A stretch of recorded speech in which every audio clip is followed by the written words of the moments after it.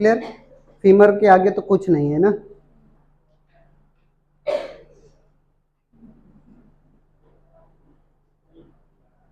हो गया। चलिए एक पॉइंट, अब हमें दूसरा पॉइंट नोट डाल करके ध्यान सुनना है। अगर हम आपसे बोलें इधर बोन ऑफ फोर लिम्स लिखना है, आपको क्या लिखना है? फोर लिम्स लिखना है। और इधर बोन्स ऑफ हाइंड लिम लिखना है, तो क्या आप लिख लोगे? फोर लिम्स में कौन कौन से बोन थे बताइए? फोर लिम्स में कौन कौन से बोन थे? नंबर वन पे ह्यूमरस, फिर उसके बाद रेडियस, फिर उसके बाद ulna, carpals, metacarpals,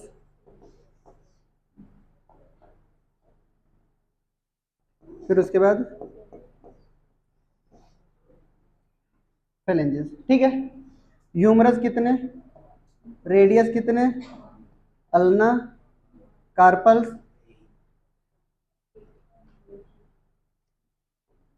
metacarpals, phalanges.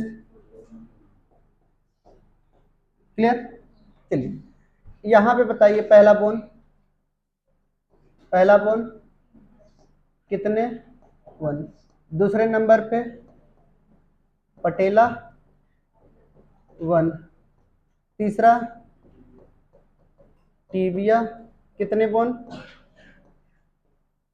Four पे फिबुला, वन। फिर उसके बाद फाइव पे टार्सल्स, फिर उसके बाद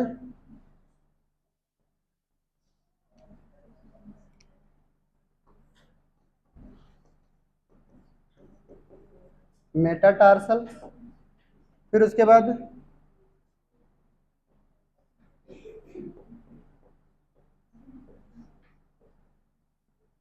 फेलेंजेस। क्लियर? अब हमें करना क्या है कि ये टार्सल्स और मेटाटार्सल्स में क्या है, ठीक है? टार्सल्स में कितने बोन, सेवन। मेटाटार्सल्स में कितने, फाइव। और ये हमारे पास 14। यानी डिफरेंस किसका आया? कार्पल्स की जगह पे टार्सल्स आ गया है, एक बोन कम हो गई। जो एक बोन कम हुई कुदरत ने हमें कहा दिया? पटेला में दिया। समझ आई बात? याद आ रही है? टोटल कितने बोन है काउंट कर लीजिए। क्या 30 आपको नजर आ रहे हैं इसमें? क्या आपको 30 बोन यहाँ पे नजर आ रहे हैं?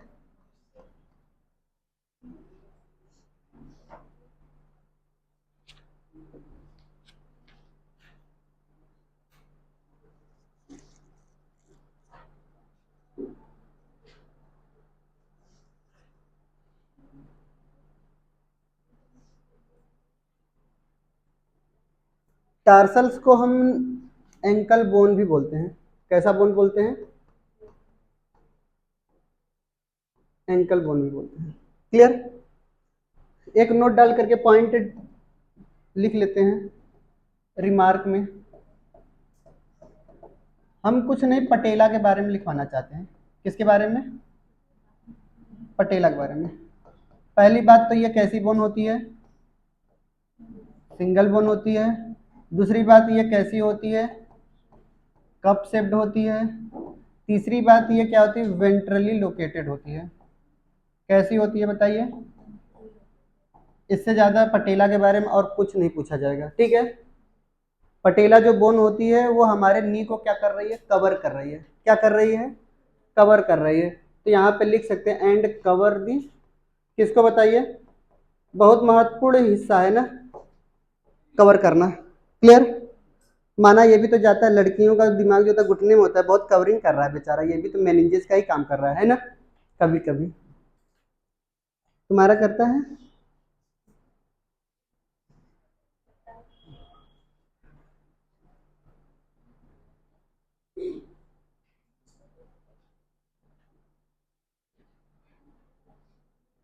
बट बहुत ही हार्ड वर्किंग है हमारे यहाँ की लड़कियाँ, यहाँ पे तो बहुत ज़्यादा है ना। जिस जगह पे हम लोग रहते हैं यहाँ पे तो मर्द कोई काम ही नहीं करते, पूरा काम बेचारी वही करती हैं। दुकान पे जाओगे तो वही औरतें ही दिखेंगी। हो गया, जल्दी करिएगा ना थोड़ा, स्पीड बढ़ाइए। हेडिंग डालते हैं ज्वाइंट।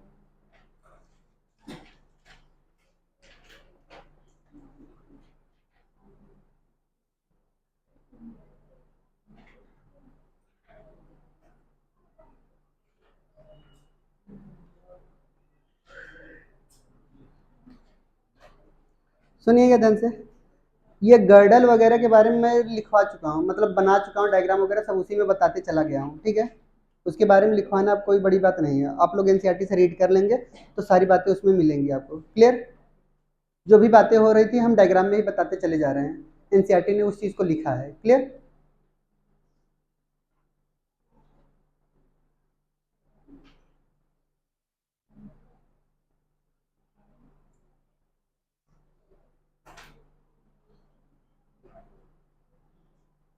रुकिए रुकिए, एक चीज़ और भूल गए क्या बताना, एसिटाबुलम के बारे में बताया है? एसिटाबुलम के बारे में नहीं बताया?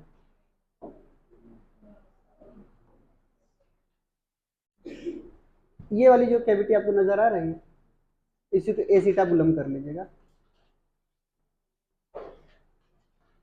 ठीक है।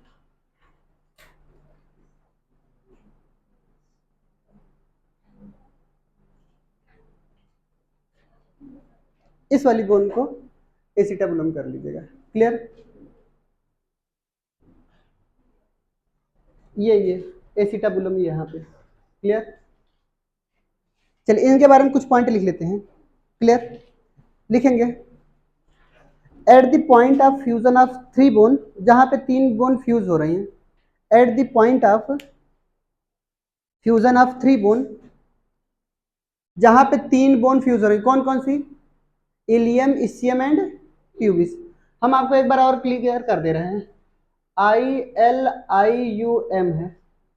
क्लियर, इलियम है। अगर मैं ILEUM लिखता तो ये क्या होता, स्मॉल इंटेस्टाइन का पार्ट। क्लियर, अगर हम रेनिन अगर इस तरीके से लिख रहे हैं तो ये रेनिन कैसा है, रास मैकेनिज्म का। अगर हम ये रेनिन कुछ इस तरीके के लिख रहे हैं तो समझ जाइए ये क्या है, मिल्क डाइजेस्टिंग एंजाइम्स, ठीक है। तो ये बायोलॉजी में सबसे ज्यादा कंफ्यूजन क्रिएट करने वाले टर्म है।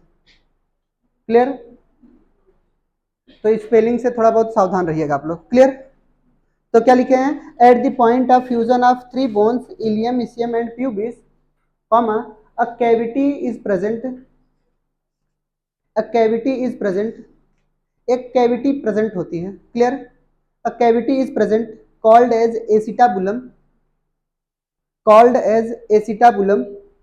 उस कैविटी का नाम क्या है बताइए, एसिटाबुलम। वेयर, वेयर या इन विच, ठीक है, head of femur, head of femur articulate, जहां पे फीमर का जो हेड होता है वही आकर के आर्टिकुलेट होता है। ठीक है, यहाँ पे आपके एनसीईआरटी में क्या लिखा है कि टू विच, ठीक है, thigh bone is articulate. Thigh bone हमारा क्या है, फीमर ही है, ठीक है। फीमर को ही हम क्या बोलते हैं, थाई बोन बोलते हैं। क्लियर, दूसरा पॉइंट लिख लेते हैं।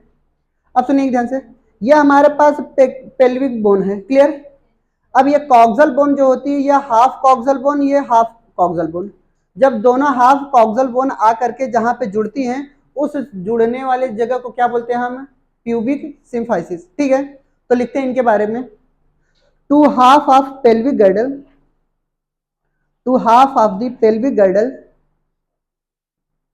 दो half, two half of the pelvic girdle,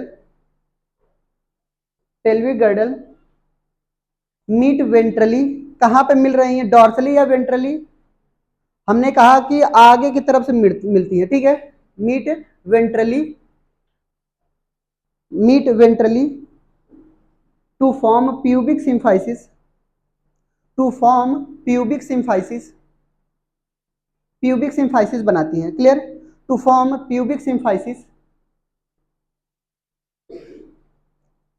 containing fibrous cartilage. आप हमें साफ साफ बताइए किसकी बनी होती है? वाइट फाइब्रस कनेक्टिव टिश्यू की बनी होती है। आपके एनसीईआरटी में लिखा है साफ साफ फाइब्रस कार्टिलेज बनी है, कंटेनिंग फाइब्रस कार्टिलेज। इनके पास क्या होता है? फाइब्रस कार्टिलेज होती है। क्लियर?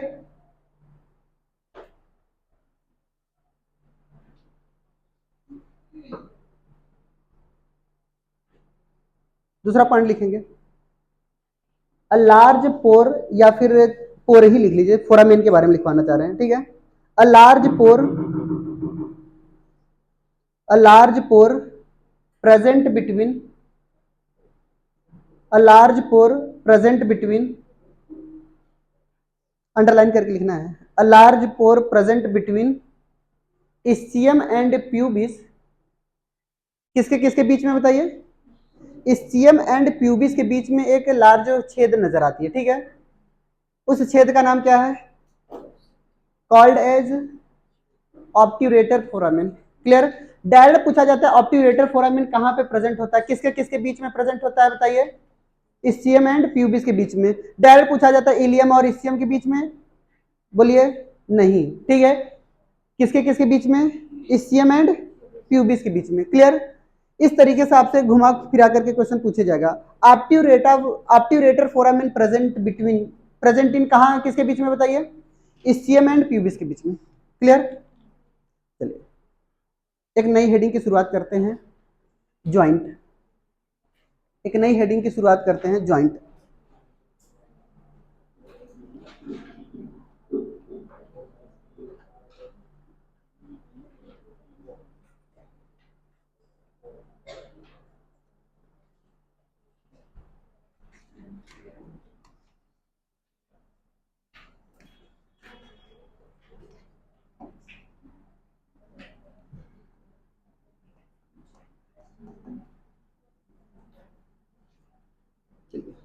सुनते ध्यान से, ज्वाइंट पढ़ाने से पहले आपको कुछ बातें हमें आपको समझानी है, थोड़ी बहुत फिजिक्स की बातें। हाँ, फिजिक्स हमें अच्छे से आती है, आप टेंशन ना लीजिएगा। क्लियर?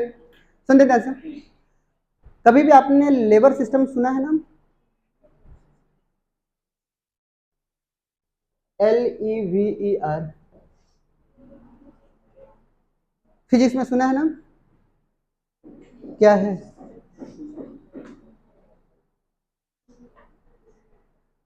लेबर सिस्टम सुना है ना? सुना है? कहाँ? फिजिक्स में ना? ये तो बहुत अच्छी बात बताई आपने।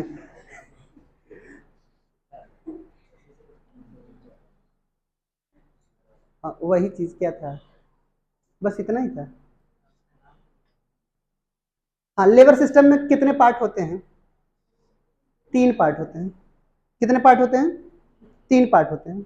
एक होता है फलक्रम, एक होता है हमारे पास रेजिस्टेंट, क्लियर, और एक होता है लोड हमारा। क्लियर? यानी क्या है कि या तो फोर्स हम कह सकते हैं। यानी इनमें लेबर सिस्टम में हमारे पास कौन कौन से आएंगे? नंबर 1 पे एक तो फलक्रम आएगा, एक दूसरा आता है हमारे पास फोर्स। फोर्स को हम लोड भी लिख सकते हैं। क्लियर? और एक हमारे पास क्या आता है? रेजिस्टेंट।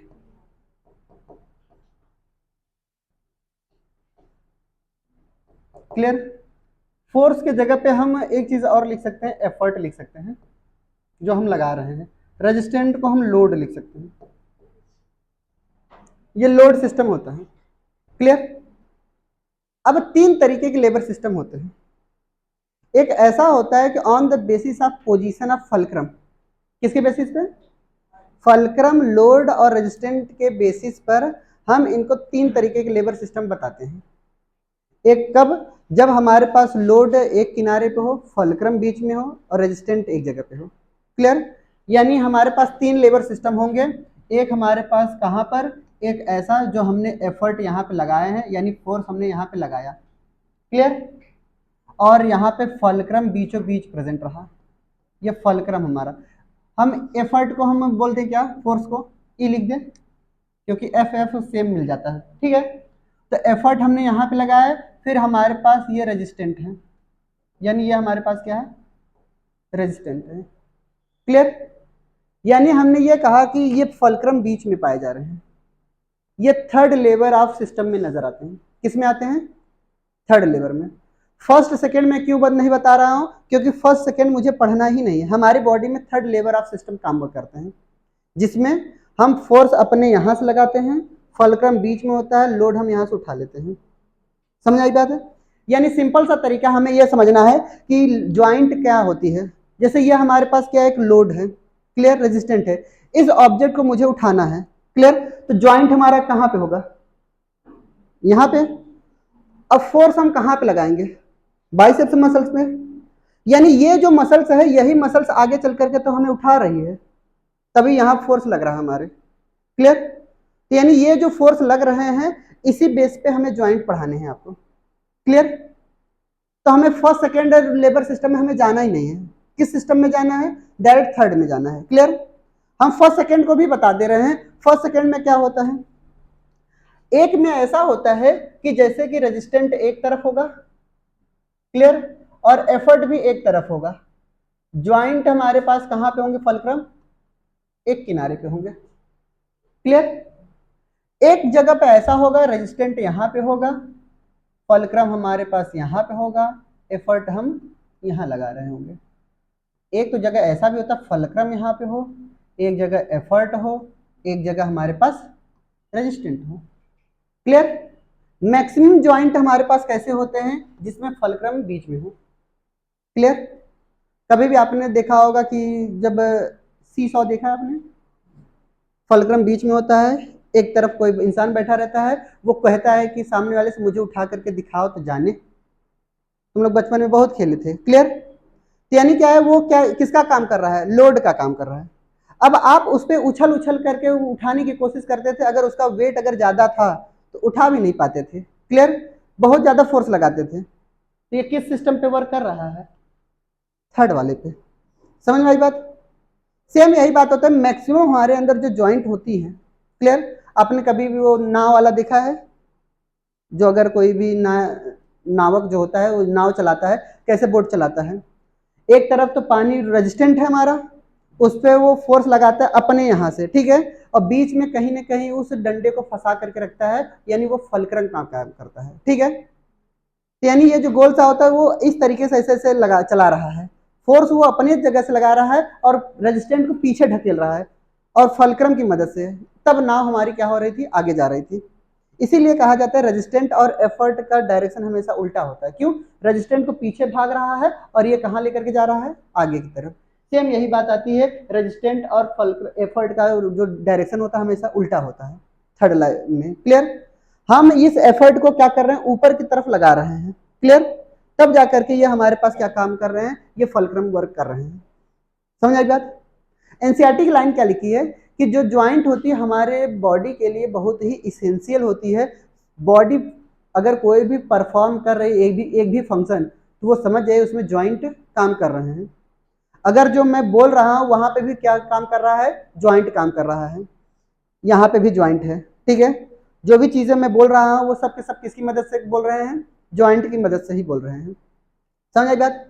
हमारे बॉडी में क्या होते हैं कि हर जगह ज्वाइंट पाए जाते हैं except hyoid bone. Hyoid bone एक ऐसा बोन है किसी से ज्वाइंट ही नहीं करता, कोई पढ़ाएगा नहीं, मैं बता रहा हूँ, ठीक है। हवार्ड बोन क्या होता है? किसी से ज्वाइंट नहीं करता, सिंगल बोन इकलौता बोन होता है, ऐसे ही एक जगह जाकर के फिट हो जाता है, वो भी फ्रेनुलम के पास, उसका कोई और चीज नहीं है, क्लियर। हाँ, फांसी लगाने में थोड़ा बहुत मदद करता है, क्लियर। हवार्ड बोन ही टूटती है तभी फांसी लगती है, क्लियर। तो और उसका कोई मेन फंक्शन नहीं है। अच्छा, मेन तो यही फंक्शन है ना तुम लोगों के लिए, दूसरा पढ़ सकते हैं। अब हमने ये कहा कि हमारे पास क्या होता है। हाँ, तुम लोग ट्राई मत करना, हर चीज मत कहो कि आओ करके देखें, क्लियर। साइंस भी तो कहती है, क्लियर, बट ये अजमाना मत। दूसरा पॉइंट आता है हमारे पास क्या? अब ज्वाइंट के बारे में जो एनसीईआरटी लिखी है वो लिखवा लेते हैं, ठीक है। ज्वाइंट इज इसेंशियल, हेडिंग वो करिए, डिफिनेशन लिखिए। Joint is essential component for, joint is essential component for all type of movement, all type of movement, all type of movement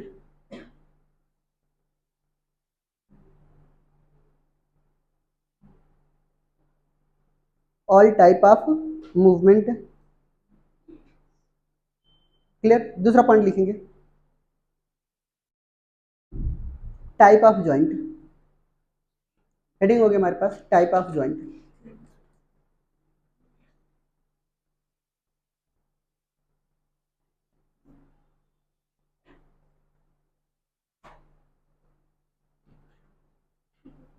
clear.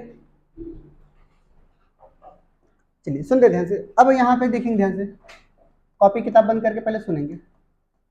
Joints के अब टाइप्स, 3 तरीके की ज्वाइंट्स हमारे यहाँ पाई जाती हैं। कितने तरीके की ज्वाइंट्स पाई जाती हैं? 3 तरीके की ज्वाइंट्स पाई जाती हैं। सबसे नंबर 1 पे आता है हमारे पास क्या? Fibrous joint. सबसे नंबर 1 पे कौन सी ज्वाइंट? Fibrous joint. दूसरे नंबर पे हमारे पास कैसे? Cartilaginous joint. कैसे ज्वाइंट? Cartilaginous joint. और थर्ड नंबर पे हमारे पास कैसे joint? Synovial joint.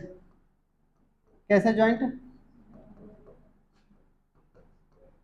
Synovial joint. Clear. Fibrous joint को हम इमूवेबल ज्वाइंट भी बोलते हैं। क्लियर। क्या बोलते हैं? इमूवेबल ज्वाइंट बोलते हैं। ऐसा क्या है synovial joint, sorry fibrous joint में? यहां पर हमें इनका नाम, दूसरा नाम क्या बोला? Immovable joint.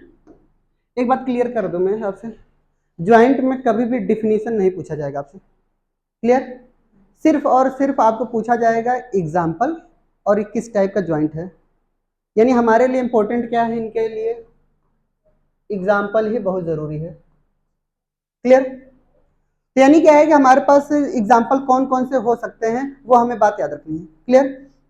तो फाइब्रस ज्वाइंट में हमारे पास कहां पे हमने सबसे पहला फाइब्रस ज्वाइंट पढ़ाया था?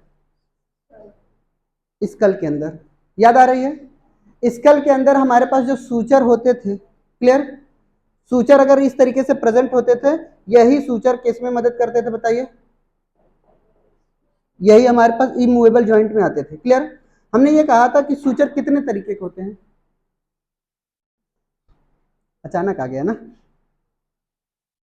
चलो तुम्हारे पास कौन कौन से? हाँ हाँ हाँ, coronal suture. Coronal suture present between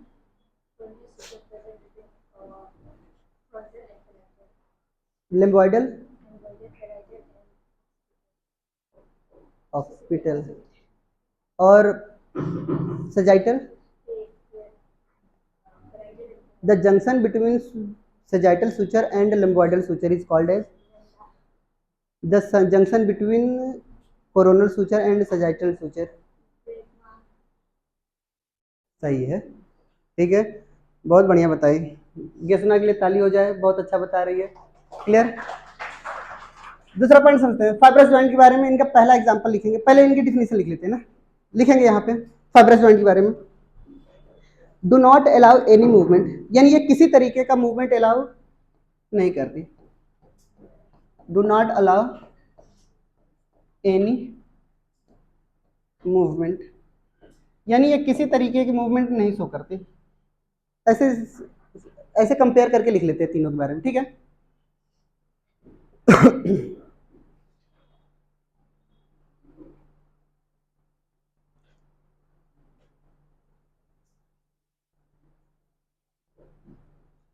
हो गया। इनका दूसरा नाम एक और है, सुनिए ध्यान से, इनके नाम से ही पता चलेगा। देखिए, सिन आर्थरोसिस। सिन का मतलब आप क्या समझते हैं?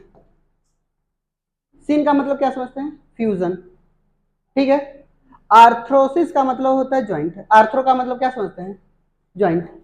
यानी ऐसे ज्वाइंट जो बोन के फ्यूजन से मिलकर के बने हो। क्लियर। जब दो बोन फ्यूज्ड होती हैं एक दूसरे में, तो ऐसे में हम इनको क्या बोलते हैं? सिन आर्थरोसिस बोलते हैं। क्लियर। और ये किसी भी तरीके का मूवमेंट अलाउ नहीं करती। ठीक है। Example,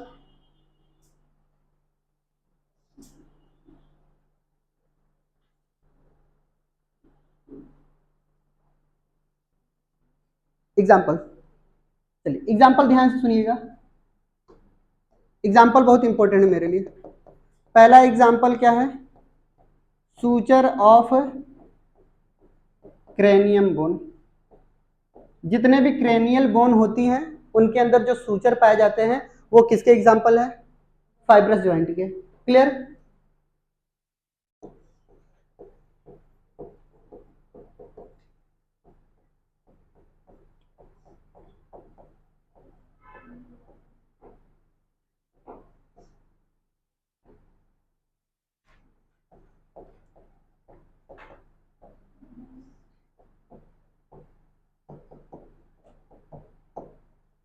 inferior tibio fibular joint, ये कैसी ज्वाइंट है, ध्यान सुनिएगा। यहाँ पे ये जो टीबिया आपको नजर आती है उसके नीचे की जो यहाँ पे फिबुला होती है, क्लियर, ये किसी भी तरीके का मूवमेंट शो नहीं करता। अगर आपको लगता है कि ये पैर ऐसे से मुड़ रहा है तो यहाँ से मुड़ रहा है, क्लियर। ये यहाँ इसके नीचे घुटने से ये आप मोड़ नहीं सकते इसको, क्लियर। कोशिश कर लेना, मुड़ेगा नहीं, क्लियर। तो यानी हमारे पास इंफीरियर टीबियो फिबुलर जो ज्वाइंट होती है वो किसकी ज्वाइंट होती है बताइए, फाइब्रस ज्वाइंट का ही एग्जांपल है, क्लियर। दूसरा पॉइंट हमारे पास यहां पे आता है गैम्फोसिस।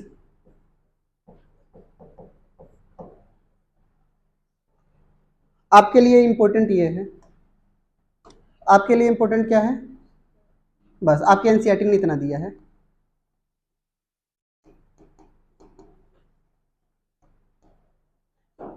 बाकी ये दो एग्जांपल हम आपको अलग से बता रहे हैं, क्लियर। ये पीवाईक्यू में पूछे गए हैं, और भी हैं बट आपको याद नहीं रखना क्योंकि पूछे नहीं गए हैं, क्लियर।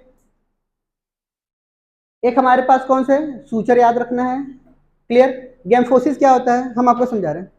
गैम्फोसिस जो जबड़े के अंदर जो दांत हमारा फंसा होता है, क्लियर, तो वो भी एक तरीके का क्या है, ज्वाइंट ही है, क्लियर। अब कहोगे सर जी दांत तो कोई हड्डी तो नहीं है, ठीक है, हार्ड सब्सटेंस है तो हड्डी में ही माना जाएगा, क्लियर।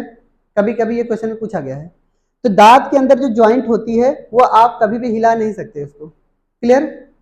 अब कहोगे सर जी हमारे दांत तो हिलने लगते हैं जब टूटने वाला होता है, वो जबड़े से हट रहे हैं, दांतों के अंदर की जो मटेरियल है वो आपस में एकदम हार्ड होते हैं, समझ में आई बात है।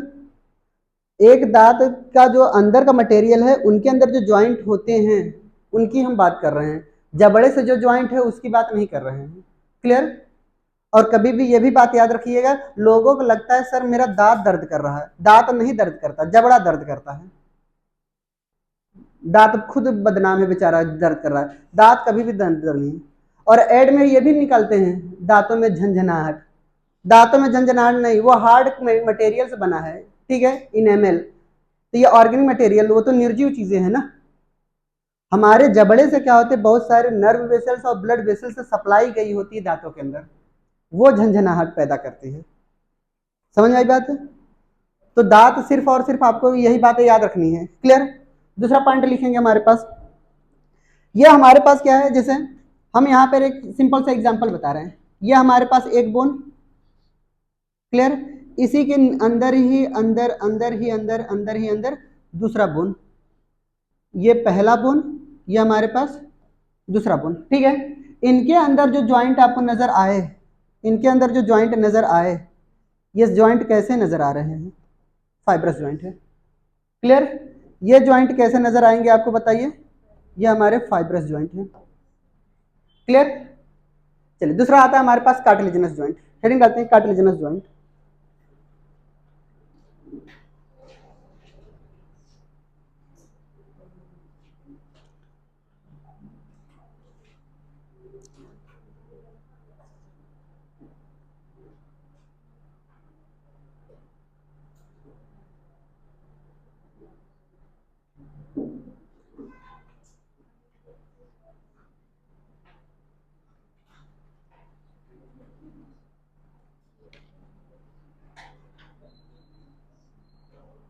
हो गया, चलिए सुनेंगे।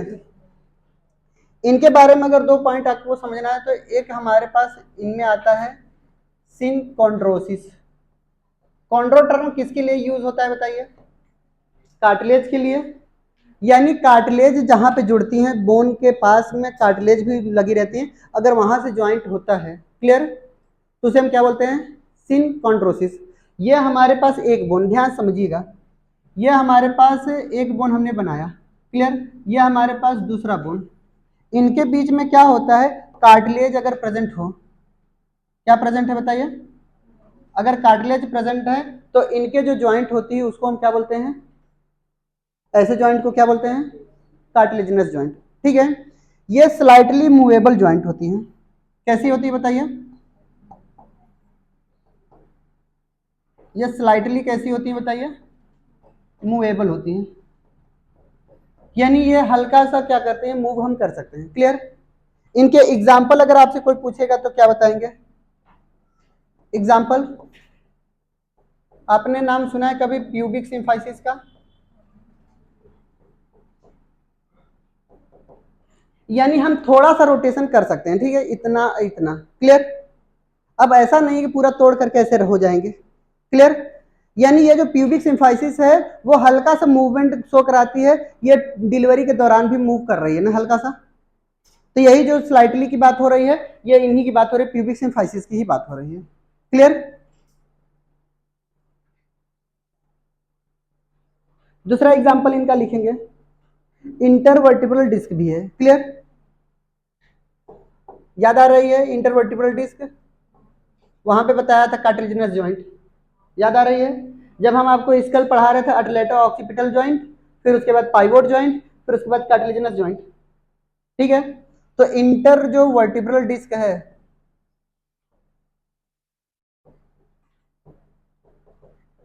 वो कैसी ज्वाइंट है? क्लियर? नेक्स्ट आता है हमारे पास साइनोवियल ज्वाइंट।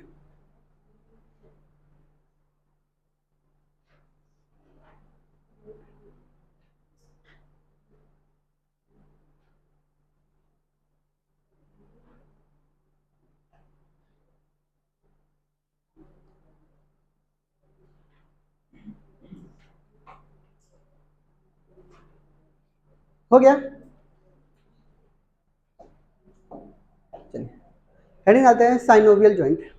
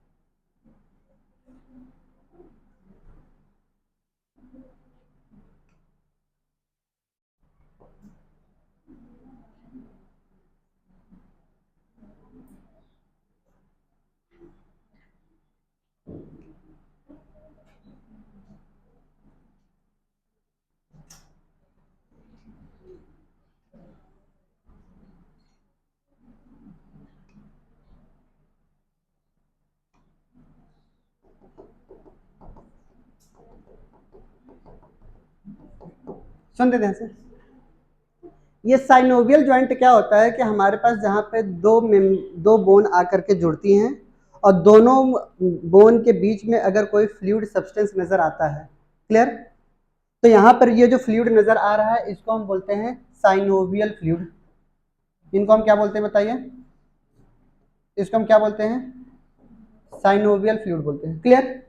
इनके अंदर एक मेम्ब्रेन नजर आती है, इस जो मेम्ब्रेन का नाम है आर्टिकुलेटिंग मेम्ब्रेन।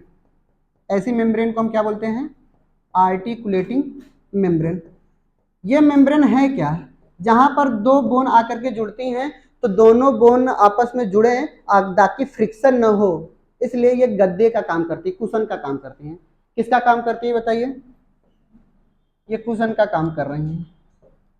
ये आर्टिकुलर मेम्ब्रेन है। क्लियर? फिर उसके बाद आता है कि इनके पास एक मेम्ब्रेन पाई जा रही है, उस मेम्ब्रेन को जो साइनोवियल फ्लूइड के घेरे हुए हैं, उस मेम्ब्रेन का नाम है साइनोवियल मेम्ब्रेन। उस मेम्ब्रेन का नाम क्या है बताइए? साइनोवियल मेम्ब्रेन नाम है। इनके ऊपर एक मेम्ब्रेन और आपको नजर आ रही है, उस मेम्ब्रेन को हम बोलते हैं फाइब्रस मेम्ब्रेन। इसको हम क्या बोलते हैं? फाइब्रस मेम्ब्रेन, या फिर इसी को हम फाइब्रस लेयर भी बोलते हैं कभी कभी। क्लियर? इनके ऊपर एक लिगामेंट लगा होता है, और उस लिगामेंट का नाम क्या है बताइए? Elastic ligament. इस लिगामेंट का नाम क्या है? Elastic ligament. क्लियर? जल्दी बनाइएगा। कभी कभी ये फाइब्रस मेम्ब्रेन की जगह पे कैप्सूल बोला जाता है। क्या बोला जाता है? कैप्सूल बोला जाता है। जो बोला जाता है वही लिख लेना, ये कैप्सूल है। डायग्राम अच्छे से बनाइएगा, ये सारे डायग्राम आपसे पूछे जाएंगे। सबसे बाहरी लेयर का नाम बताइए? Elastic membrane. फिर उसके बाद फाइब्रस कैप्सूल। फिर उसके बाद साइनोवियल मेम्ब्रेन। उसके अंदर साइनोवियल फ्लूइड। साइनोवियल फ्लूइड दो जहां पे बोन आपस में जुड़ रहे हैं, वहां पर एक आर्टिकुलेटिंग मेम्ब्रेन पाई जाती है, और वो आर्टिकुलेटिंग मेम्ब्रेन किसका काम कर रही है? कुशन लाइक स्ट्रक्चर का काम कर रही है। क्लियर?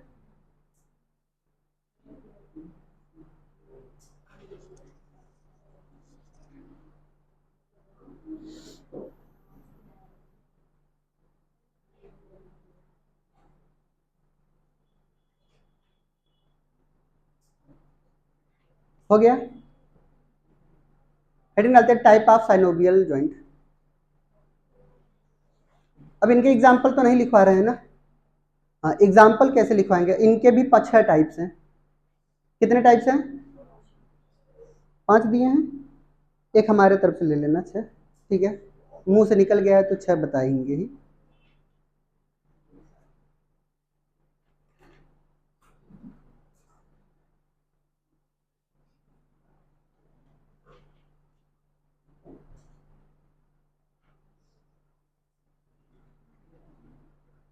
आपके एनसीईआरटी ने 5 ही दिया है क्या?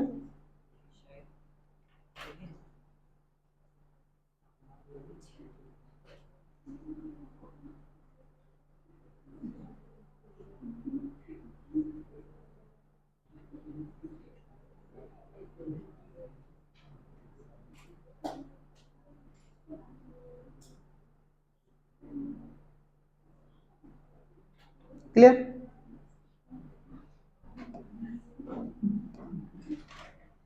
इस ज्वाइंट को हम बोलते हैं डाई आर्थरोसिस। जहां पे दो बोन आकर के जुड़ रही हैं ज्वाइंट, उसको डाई आर्थरोसिस बोलेंगे। फ्यूजन नहीं हो रहा है। क्या फ्यूजन हो रहा है क्या बोन का? नहीं। क्लियर? बोन का फ्यूजन नहीं हो रहा है। क्लियर? और इनका क्या ज्वाइंट बोलते हैं? इनको हम मूवेबल ज्वाइंट बोलते हैं। कैसा ज्वाइंट बोलते हैं? हाँ, ये मूवमेंट कराने में मदद करती हैं।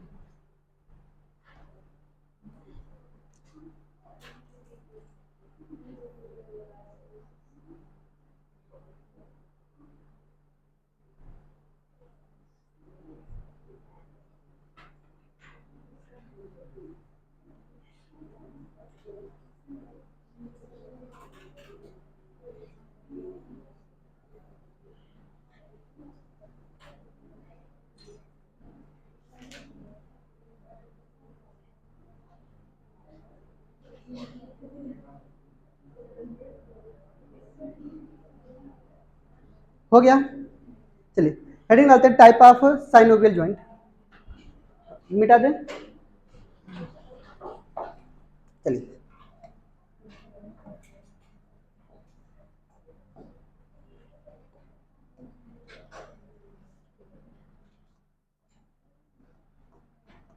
नेक्स्ट आता है हमारे पास साइनोवियल ज्वाइंट के भी टाइप्स। इनमें सबसे नंबर 1 पे आता है हमारे पास, नंबर 1 पे आता है ग्लाइडिंग ज्वाइंट। नंबर 1 पे क्या आएगा? Gliding joint.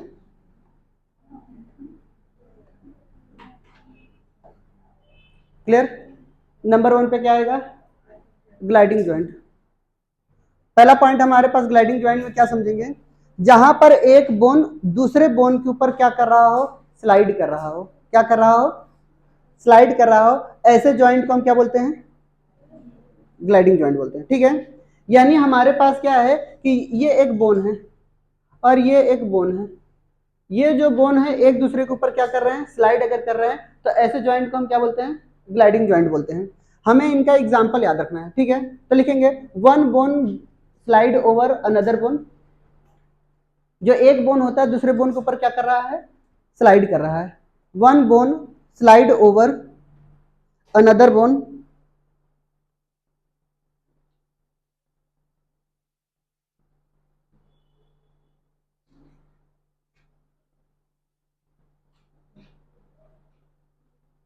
हो गया एग्जाम्पल। आपके एनसीईआरटी का पहला एग्जाम्पल लिखवाएंगे। पहला एग्जाम्पल इनमें लिखवाना है between carpals and metacarpals.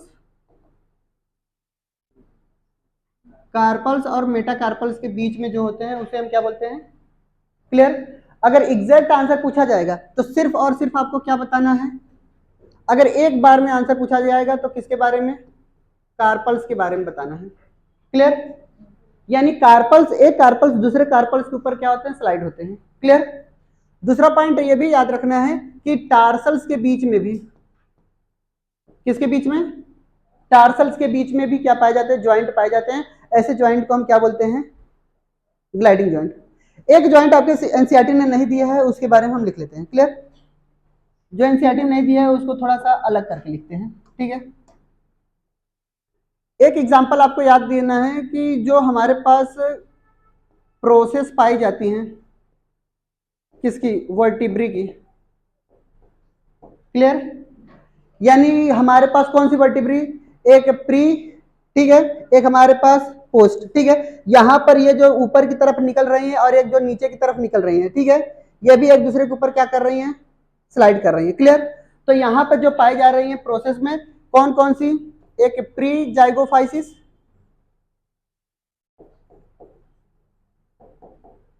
And post जाइगोफाइसिस। Clear, ये इनके एग्जाम्पल हैं। क्लियर, ये आपके एनसीईआरटी ने नहीं दिया, पूछे जाएंगे। क्लियर,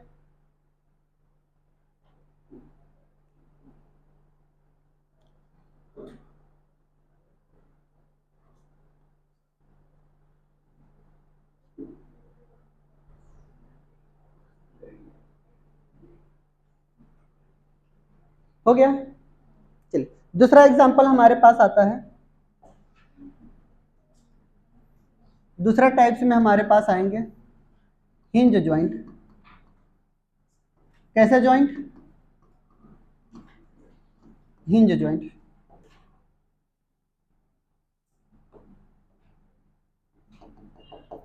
हिंज का मतलब क्या समझते हैं, हिंज का मतलब सिर्फ और सिर्फ वन डायरेक्शन में जो मोशन कराए। क्लियर, जैसे दरवाजा हमारा क्या है, एक ही तरफ मूव करता रहता है ना, यानी क्या है कि हमारे पास जो एक ही डायरेक्शन में मूव कराने को कहते हैं उसको हम हिंज ज्वाइंट बोलेंगे। क्लियर, हिंज ज्वाइंट में पहला कैसा आएगा, एल्बो वाला, फिर उसके बाद कैसा आएगा, नी वाला। क्लियर, यानी पहला तो हमारे पास क्या हो गया, एल्बो हो गया, दूसरा हमारे पास नी हो गया। क्लियर, एक हमारे पास क्या होता है कि ये जो हमारे पास फेलेंजियल होती हैं। क्लियर, कभी कभी हम लोग क्या करते हैं, इस उंगली से ऐसे ऐसे नहीं करते। क्लियर, यानी ये जो आपस में ऐसे ऐसे कर रहे हैं। क्लियर, ऐसे ज्वाइंट को हम क्या बोलते हैं, यानी हम इनको बोल रहे हैं इंटर फेलेंजियल। ठीक है, यानी ये जो फेलेंजेस होती है आपस में ऐसे एक दूसरे के ऐसे वन डायरेक्शन में करती मूव करती है।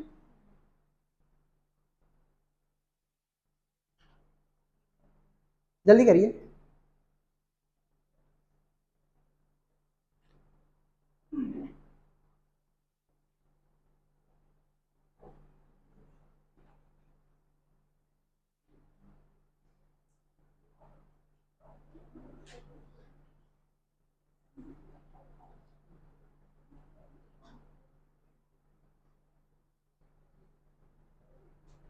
हो गया, एक एग्जांपल और लिख लीजिएगा, कभी कभी पूछा जाएगा तो एंकल का भी लिख लीजिएगा।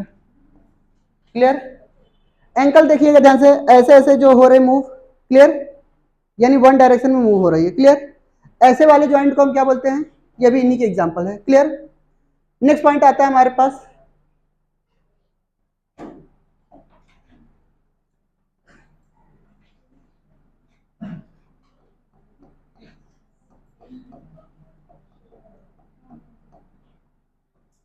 थर्ड नंबर पे आता है हमारे पास पाइवोट ज्वाइंट। थर्ड नंबर पे आता है हमारे पास पाइवोट ज्वाइंट।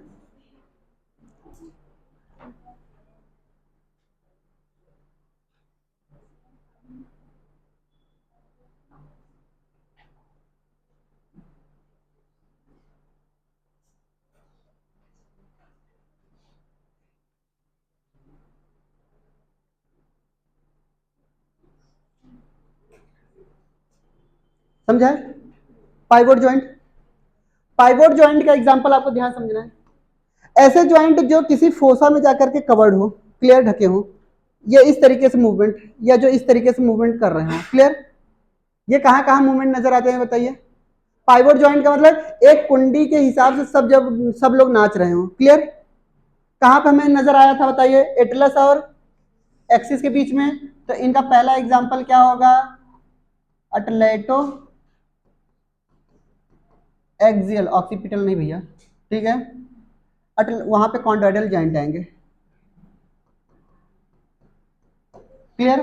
चलिए, एक तो यहां पे बता दिया। क्लियर?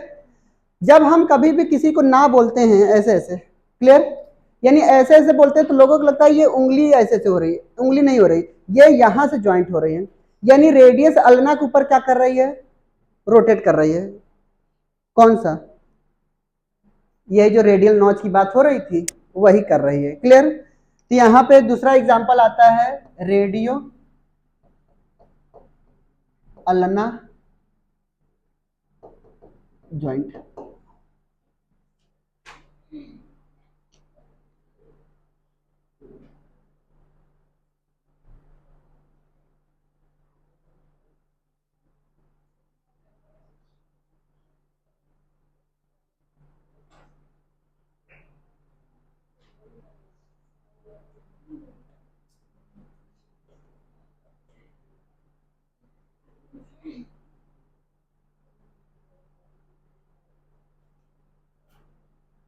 हो गया? नेक्स्ट हेडिंग डालेंगे हमारे पास कॉन्डाइलर ज्वाइंट। नेक्स्ट आता है हमारे पास कॉन्डाइलर ज्वाइंट। Condylar joint. अब यहां पे जो एग्जांपल बता रहे थे वो बताइए कौन कौन से? अटलेटो ऑक्सीपिटल ज्वाइंट। क्लियर? दूसरा ज्वाइंट का एग्जांपल, हमारे अंदर नी के अंदर भी ये ज्वाइंट पाए जाते हैं। क्लियर?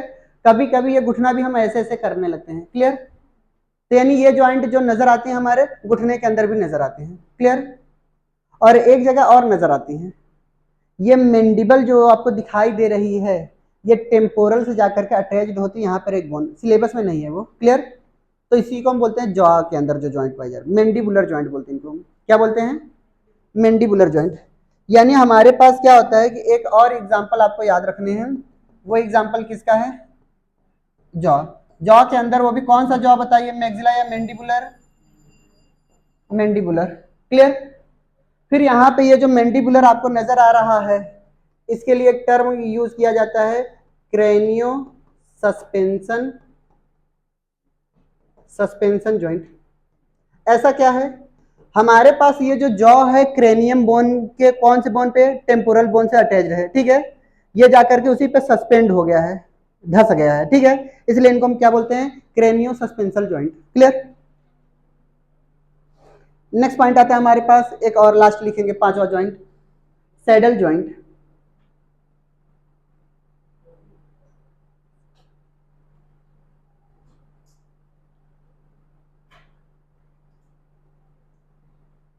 हो गया? नेक्स्ट आता है हमारे पास कौन सा ज्वाइंट? हाँ, सैंडल नहीं भैया। Clear? Saddle joint. Saddle joint का एग्जांपल बहुत ही अच्छा है अपना, क्लियर। आपने फिस्ट देखा है, ये वाली जो, क्लियर। यानी इनके अंदर क्या होता है कि जो कार्पल्स और मेटा कार्पल्स आपस में जो जॉइंट बना रहे हैं एक दूसरे से, क्लियर, उसको हम क्या बोलते हैं, ऐसे जॉइंट को सैडल जॉइंट बोलते हैं। यानी हम ये इनका पहला एग्जांपल लिखते हैं किसमें, कार्पो मेटा कार्पलर जॉइंट, क्लियर। एक लास्ट और लिख लेते हैं, ठीक है, एक लास्ट और कहाँ लिखेंगे, छठे नंबर पे आएगा, ठीक है, आपके एनसीईआरटी का ही है, clear. Ball and socket joint, clear. Last बचा हुआ है ball and socket joint,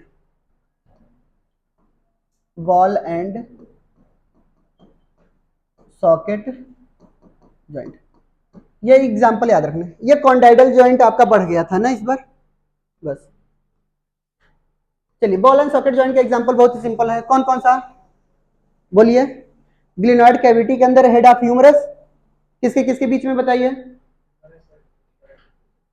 humerus and किसके बीच में, ग्लिनॉइड कैविटी के बीच में, बोले बात सही है। दूसरा किसके किसके बीच में, एसिटाबुलम और हेड ऑफ फीमर के बीच में, क्लियर, किसके बीच में,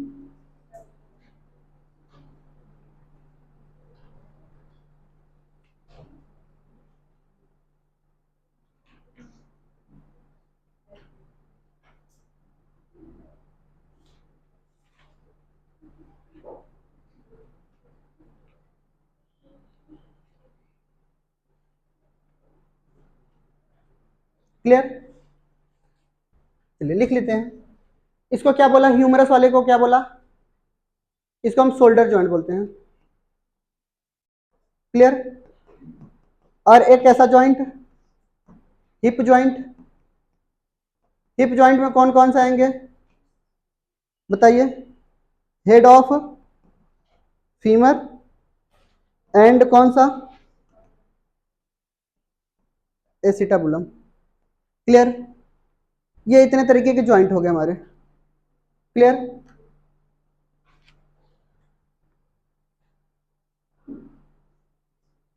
हेडिंग डालते हैं डिसऑर्डर रिलेटेड टू बोन,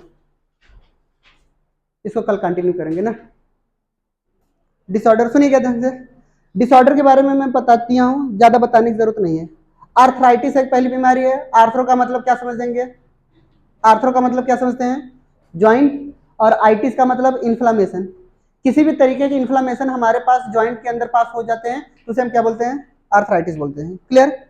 और आर्थराइटिस किसको अफेक्ट करता होगा, ज्यादा ज्यादा किसको, साइनोवियल मेम्ब्रेन को, साइनोवियल फ्लूइड को, ऐसे ज्वाइंट में हमारे पास आर्थराइटिस।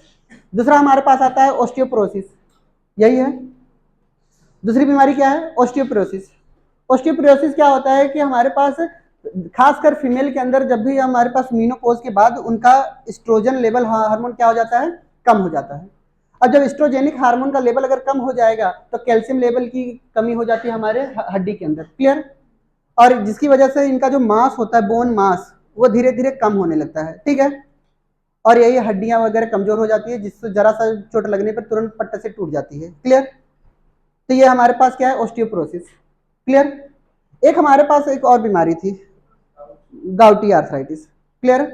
गाउटी आर्थराइटिस एक तरीके का वही है, हमने बताया था कि किसी भी जगह पे साइनोवियल फ्लूइड अगर जहां पे पाई जा रही है वहां पे यूरिक एसिड के क्रिस्टल अगर जमा होने लगे, याद आ रही है आपको, एक बार टमाटर वाला खेल बताया था, यहाँ वहां पे क्या होता था, यूरिक एसिड कि अगर छोटे छोटे क्रिस्टल अगर वहां पे जम जाते थे तो वो जगह हमारा जाम हो जाता था, उठ ही नहीं पाता था, स्वेलिंग हो जाती थी। तो ऐसे को हम क्या बोलते हैं, गाउटी आर्थराइटिस। बीमारी खत्म, पढ़ लीजिएगा, ठीक है। हेडिंग डालते हैं न्यूरल कंट्रोल एंड कोऑर्डिनेशन। हाँ थोड़ा बहुत माहौल बना दे, जब बना ही रहे हैं, चलो अच्छा कल कराएंगे ना। सुनेंगे ध्यान से, कल डीपीपी आप लोग लगा के आइएगा, क्या लगा के आएंगे, डीपीपी, और सारे के सारे सेक्शन लगा के आएंगे। पहले एक तो क्लासरूम प्रोग्राम का होगा, क्लासरूम के बाद हमारे पास कुछ अचीवर बैच वगैरह भी आते हैं उसमें, क्लियर। या ऐसा दिया है क्या, एक्सरसाइज 1 2 3, ठीक है। और पीवाईक्यू, सारे के सारे क्वेश्चन लगे होने चाहिए आपके, क्लियर? और ट्राई करिएगा, क्लियर? लगा करके आइएगा, अगर नहीं लगा के आइएगा तो मत आइएगा, क्लियर? क्योंकि सबसे पहले यहाँ आने के बाद क्या चेक करेंगे? डीपीपी चेक करेंगे, क्लियर? दूसरी महत्वपूर्ण बातें याद है आपको? हम कभी भी कोई चीज नहीं भूलते, क्लियर? ठीक है, तब